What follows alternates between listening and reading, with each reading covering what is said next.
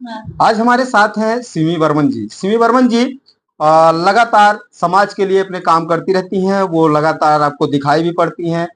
Nishad party के साथ जुड़कर वो समाज को बहुत कुछ देना चाहती हैं।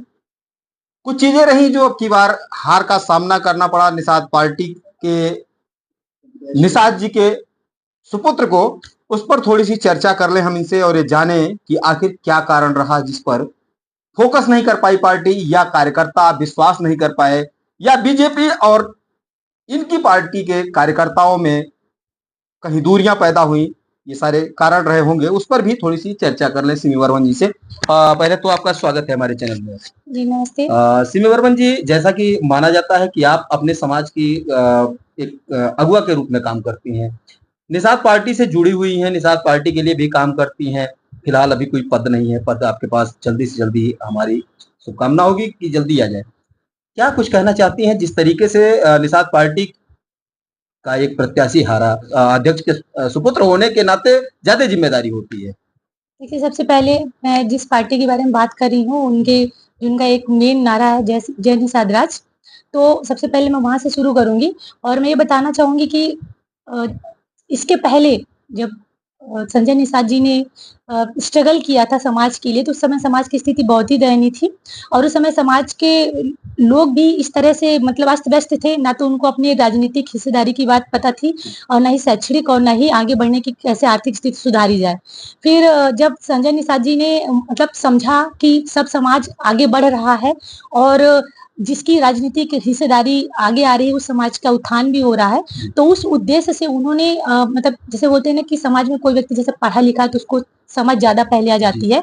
तो उन्होंने क्या किया कि समाज के बारे में सोचना शुरू कर दिया। तो उन्होंने खुद वो डॉक्टर है और उनको सब चीज़ का अनुभव है। सब चीज़ का अनुभव लेने के अच्छा बाद मैडम, हम सवाल ये लेना चाहते हैं कि जिस तरीके से उनके सुपुत्र की हार हुई, क्या कारण रहा? क्या दोनों पार्टियों के कार्यकर्ता आपस में एक साथ जुड़ नहीं पाए, या कि कोई और कारण कारण रहा? चूंकि अभी जल्दी से जल्दी समीक्षा बैठक भी हुई है इस पर, तो कुछ बताना चाहेंगे इस पे? देखिए, हार तो नहीं बोल सकते इसको क्योंकि जिस हिसाब से उन्होंने बढ़-चढ़ के हिस्सेदारी लिया था और लोकसभा में उनका तीसरा मतलब तीसरी बार वो खड़े थे इंजीनियर प्रवीण निषाद जी और उन्हें जिस तरह से मतलब वहाँ पे अपने क्षेत्र में प्रचार-प्रसार किया, बहुत अच्छा वो था।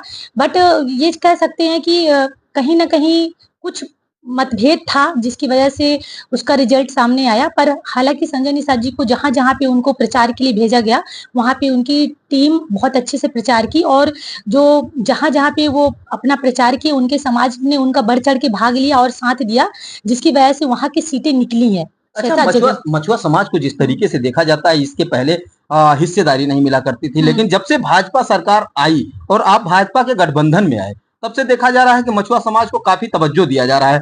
आखिर जब से मछुआ समाज की अगुवाई करते हुए संजय निषाद ने अपने आप को समर्पित किया, क्या देखती हैं आप कि संजय निषाद मछुआ समाज के लिए काफी कारगर साबित हो रहे हैं, या उनको तोड़ने के लिए तमाम प्रयास किया जा रहा है अन्य पार्टियों के द्वारा?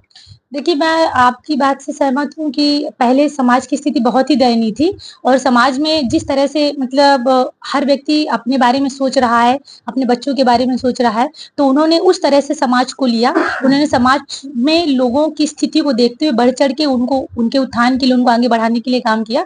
इसी उद्देश्य से उन्होंने 2017 में भी चुनाव लड़ा, 2012 में भी चुनाव लड़ा। तो उनको पहले 2012 में जब उन्होंने शुरुआत किया, तो पहला चुनाव जो था उसमें उनको मतलब एक कम वोट से वो मिला, पर उन्होंने कम से कम अपनी हिस्सेदारी दिखाई उसमें कि हाँ, अब मैं अपने समाज की अगुवाई कर रहा हूँ। इसके बाद 2017 में जब उन्होंने गठबंधन में लिया, तो उसमें उन्होंने अच्छी खासी सीटें निकाली। फिर इस बार 2019 का चुनाव हुआ लोकसभा का, तो फिर उन्होंने अपने बेटे को खड़ा किया। इस तरह से उन्होंने आगे ही बढ़ा और आगे बढ़ते हुए अपने समाज को आगे लाया। हाँ, बस ये हो सकता है कि देखिए जब कोई व्यक्ति या कोई समाज का कोई अगुवाई आगे बढ़ता है, तो कुछ लोग ऐसे पैदा हो जाते हैं, कुछ लोगों को ऐसा खड़ा कर दिया जाता है कि वो विरोध करने लगते हैं। प्रवीण निषाद की हार का मेन कारण क्या आप मानती हैं? चूंकि आप लगातार पार्टी से जुड़ी हुई हैं, आपने देखा भी होगा, बैठकों में हो सकता है शामिल हुई हो, तो क्या कुछ चीजें निकल कर सामने आई कि आखिर मुख्य कारण क्या रहे? मैं तो यही कहूँगी कि यदि प्रवीण निषाद जी को उनके सिंबल से टिकट मिलता तो सक्सेस हो जाते और होना भी चाहिए था क्योंकि समाज कहीं न कहीं अपनी पार्टी का प्रचार कर रहा था और पार्टी के नाम पे ही वोट दे रहा था, संजय निषाद जी को देख रहा था कि संजय निषाद जी अपने जो उनका चुनाव चिन्ह है उससे खड़े होंगे।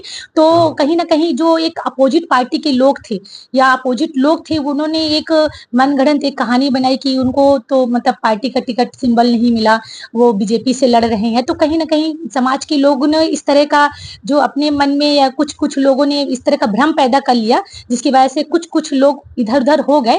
पर इससे उनकी हार नहीं हुई, क्योंकि उन्होंने जिस तरह से समाज के लोगों को जागरूक किया था, समाज के लोग उनका सपोर्ट किए। पर जो कुछ लोग थे जो मतलब इधर उधर दूसरे समाज के लोग थे, तो उन्होंने कहीं ना कहीं उस चीज का फायदा उठाया था और उससे उनका नुकसान तो कुछ नहीं हुआ। नुकसान इसलिए नहीं हुआ क्योंकि वो सरकार बीजेपी की थी और बीजेपी ने अपनी सरकार बना ही ली। बट हाँ, ये है कि संजय निषाद जी आज भी अपने समाज में एक बहुत बड़ा नाम है और आगे आने वाले टाइम पे अच्छे से अच्छा समाज के लिए सोच रहे हैं और अच्छे से अच्छा काम करेंगे।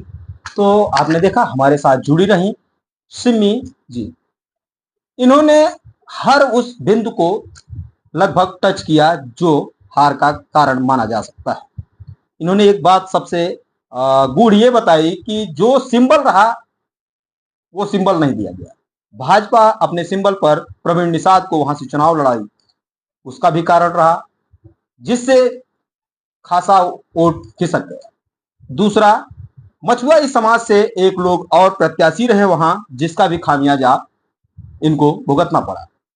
फिलहाल जिस तरीके से चीजें निकलकर सामने आ रही हैं, इससे ऐसा लगता है कि आने वाले समय में प्रवीण निषाद अपने आप को फिर से तैयार करके एक बार फिर से चुनाव लड़ेंगे और जीतकर सदन में पहुंचने का काम करेंगे। खैर, समय तो लंबा है, देखना यह है कि आगे होता क्या है।